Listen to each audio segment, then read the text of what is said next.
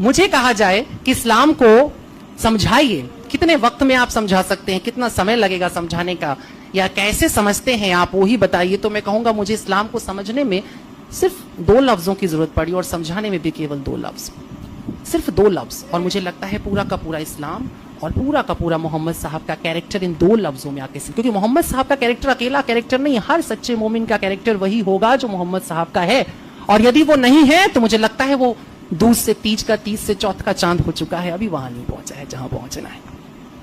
एक लफ्ज है इंशाअल्लाह। आमतौर पर ये तकिया कलाम की तरह मुसलमान इस्तेमाल करता है, कहता है इंशाअल्लाह, और खासतौर पर जो उसे पैसे वैसे वापस करने हो तो जरूर बोलता है इंशाअल्लाह कल दे दूंगा, आप समझ लेना कल तो नहीं मिलेगा। लेकिन उस मुसलमान के पास आते हैं जिसने दिल से कहा इंशाअल्लाह, और दिल से कहता है इंशाअल्लाह। इंशाअल्लाह के मानी अगर ईश्वर ने चाहा तो, वो सिर्फ पैसे के मामले में नहीं कहेगा, उसके सबसे अजीज की अगर सांसें उखड़ रही होंगी तो भी वो यही कहेगा इंशाअल्लाह दवाइयां काम कर जाएंगी। इस बात को बड़े सामान्य से लफ्ज में पैगंबर साहब ने कहा इंशाअल्लाह मैं नहीं कर सकता हूं, यदि ईश्वर ने चाहा तो कर गुजरूंगा, कुछ भी कर गुजरूंगा, दरिया खोद दूंगा, मैं पहाड़ तोड़ दूंगा, मैं चांद को 2 टुकड़े कर दूंगा इंशाअल्लाह।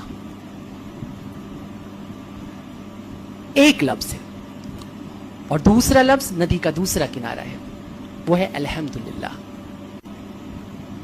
जब भी कुछ अच्छा हुआ, जब भी कुछ बेहतर हुआ, जब भी कुछ घटा और लोगों ने तुमसे आके तारीफ की कि बड़ा अच्छा काम तुमने किया, तो तुमने कहा शुक्र अल्हम्दुलिल्लाह। मैंने नहीं किया, वो ईश्वर का शुक्र है, उसने कर दिया।